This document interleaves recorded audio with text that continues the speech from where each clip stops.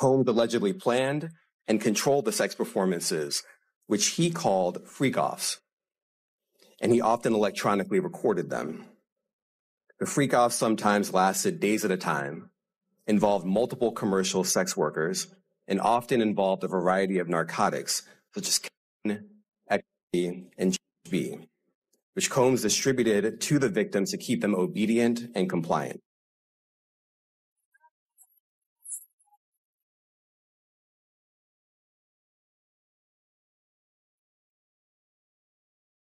JayZ had kept his mouth shut for a long time, but it finally seems like he's broken his silence out of guilt and possibly to protect himself. Pain.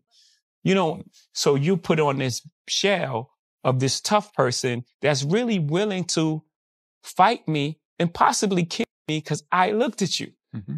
When Combs didn't get his way, he was violent, and he subjected victims to physical, emotional, and verbal abuse so that they would participate in the freak-offs, and that Combs hit, kicked, threw objects at, and dragged victims, at times by their hair. But why has JayZ chosen to speak up now? Why not get ahead of the curve and expose Diddy before being snitched on?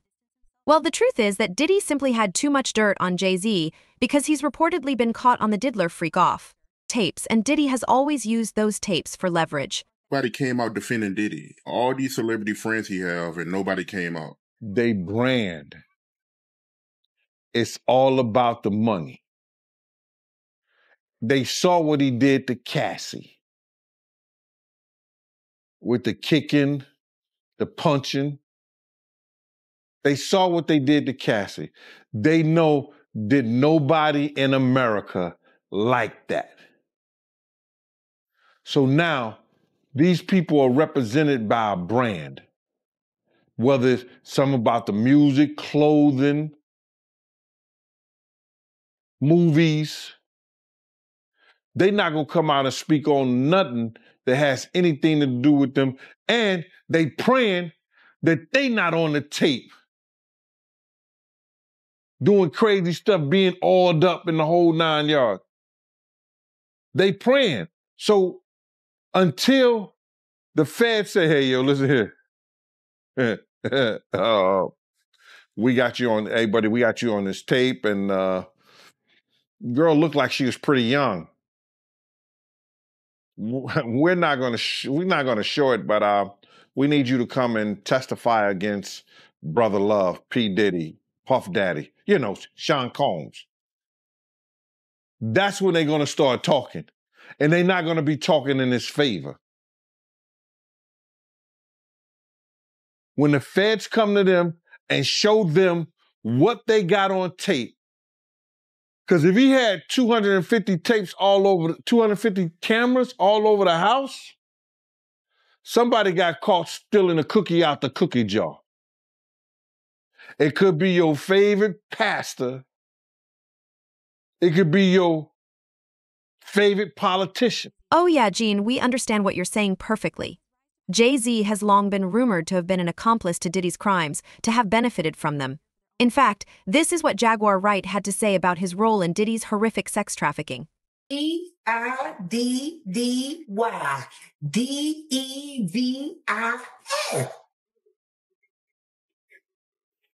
The devil. He's the devil. And if he ain't the devil, he is the damn short shepherd for him. He wants to be just like him. Let's get Diddy indicted and let's get JayZ up next. Do you believe? I promise you, whatever tricking the diddler is being looked at for, Sean Carter aided and abetted or was directly involved. It's about to get real tense, and there's a lot of girls and boys who are still trapped inside the machine, working, paying their flesh debts. There's still a lot of them, and they know things that people ain't going to be comfortable with them knowing. What people really need to be worried about is getting all of the witnesses to come forward before they just... Now, the disappearing witnesses part is really interesting because both JayZ and Diddy have a history of that. In JayZ's case, it was reportedly Aaliyah who had to suffer, but in Diddy's case, it has become a genuine federal charge. 2023, after public allegations were made about Combs's crimes, he and others pressured witnesses and victims to stay silent, including by making phone calls to witnesses and victims and giving them a false narrative of what they had experienced. And as alleged, Combs used others to help conceal his abuse by monitoring and preventing victims from leaving a location in order to hide their injuries, or by locating and contacting a victim who had attempted to flee. As part of this investigation, in March of this year, special agents from HSI executed search warrants at Combs' residences in Miami and Los Angeles. They also executed a warrant for Combs' electronic devices. During those searches, agents seized evidence of the crimes charged in this indictment. They seized firearms and ammunition, including 3 defaced AR-15s and a large capacity drum magazine. But who could Diddy have intimidated? What celebrities is Diddy rumored to have abused and hurt?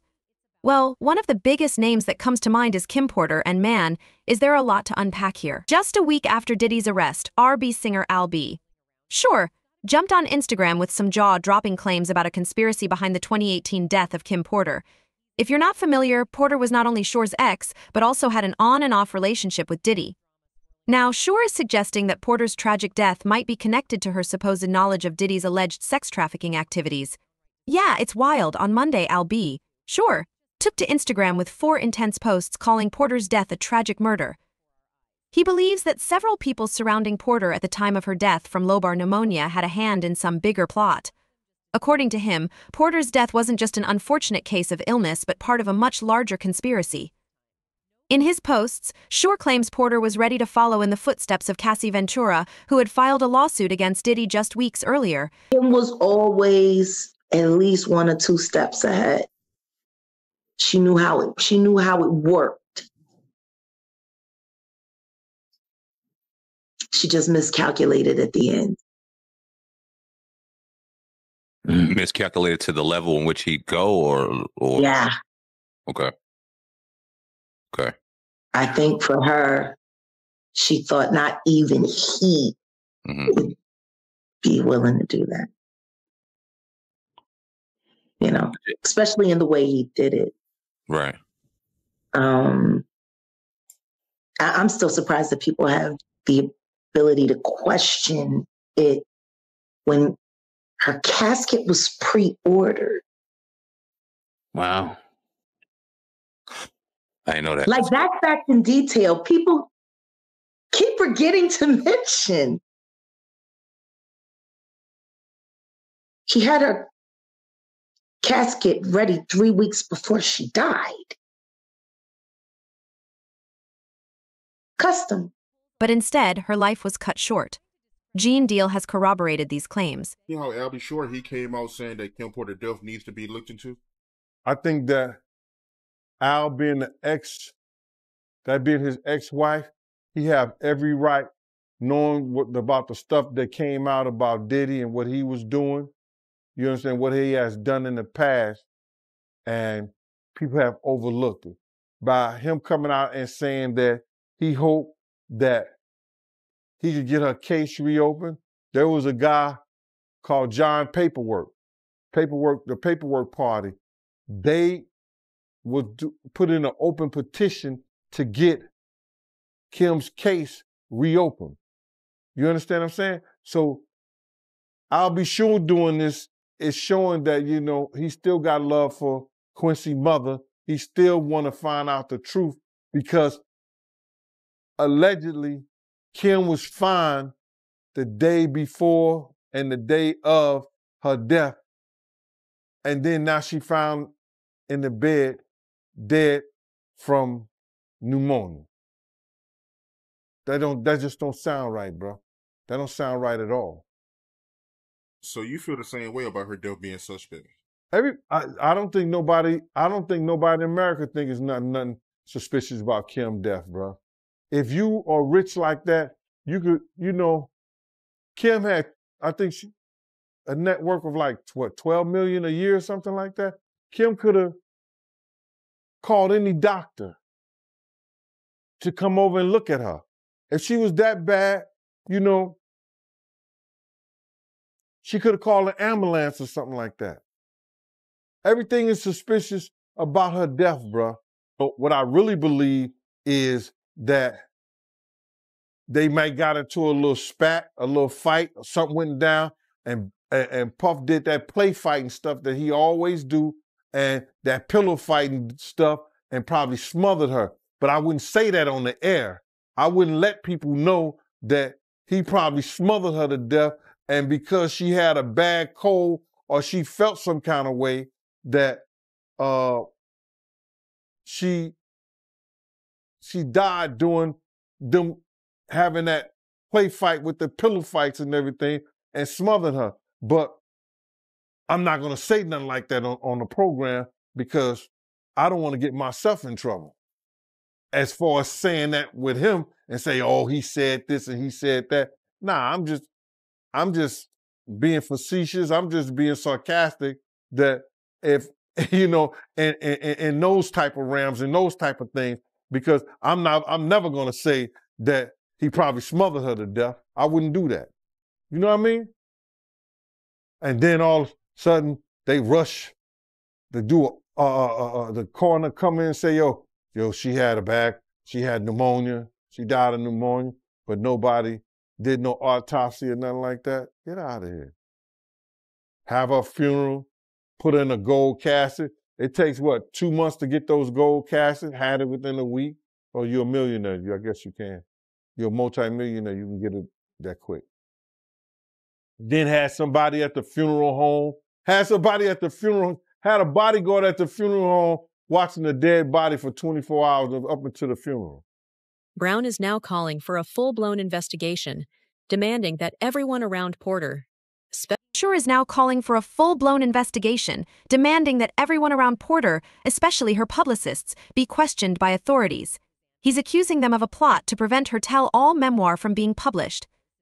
According to him, someone swapped out parts of her book, erasing the more explosive details. But the thing is, her book, titled Kim's Lost Words: A Journey for Justice from the Other Side, was supposedly saved on a flash drive by Porter before she died and later handed over to music producer Chris Todd, under the pen name Jamal T. Millwood, published it on Amazon on September 6th. And believe it or not, this book has long been a topic of discussion, and its existence has been confirmed by reliable sources. Diddy was terrified of Kim Porter's book. Just like JayZ was afraid of Kathy White's interview. It's funny how things that they're afraid of disappear. I actually stayed up longer than them. And what do you have, money? What's going on? I mean, I had live. Yeah, it's pretty crazy. 14 years old, you're a dad now. Would you ever send your kid to Puffy camp? Hell no. So how do you think this story ends for the celebrities involved? Let us know in the comments below. But it came with the abuse. It came with the abuse so bad that, like I said, she had to take a corkscrew and split his wrist open that led to his drug abuse. Because when she split his wrist open, he had so much pain, I guess, in that wrist, he never got off those opiates. He never got off the drug for his wrist. You know, you got reports, you got other bodyguards that said that they saw him punch her in the eye, give her a black eye. Got other bodyguards said that he broke her nose. People got to understand that Puff had about six bodyguards. Big Gene had him on Saturdays and Sundays, and at nighttime when, he'll get mad at some bodyguards because they ain't doing what they supposed to do or what he say he do the way like that, and I'll get a call in the middle of the night, yo, Puff them at this club, Gene. He want to know, can you come down? Or whatever, this, that, and the third. It used to happen like that sometimes. If you was Diddy's PR team, the smartest thing for you to do would be create your own version of the Kim Porter book. And make sure it gets pushed out there first, so anything that comes after will always be held in question. It's brilliant. Yeah. It's great spin. Yeah. Get his version out. before the real version come out. Y'all better believe everything that Al B. Shore says. It's about to get disgusting. See, this is the thing. Kim's official book was never sent out to anybody in complete form. See, this is T. How I know that the book isn't completely reputable. I know that there's a lot of truth in that book. But it is spin, and it is brilliant spin, and it is juicy spin. And I'm going to show y'all the value of what understanding how to spin narratives can change jury's minds. Yeah. Lately, a Diddy list has been circulating on social media, supposedly featuring big names tied to the mogul, JayZ, Beyonce, Usher, and Rihanna, to name a few. She is the perfect example of what happens when you don't want to be yourself. She can't sing, but they got her a microphone and let her pretend. So let me She was an okay actress, but, you know, she was good at acting. She'd been doing that all her life. J-Lo is just, I don't know.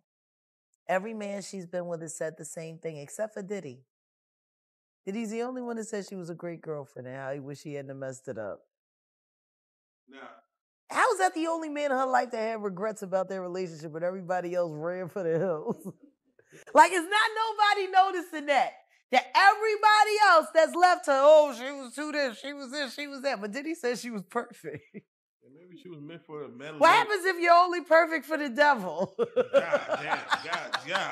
What the f does that make you? Damn. Moved to New York City, and I lived with Sean Puffy Combs for a year. That's the crazy thing. Now, that was L.A. Reid's idea, right? We're sending you over to something called Puffy Flavor Camp. There you go.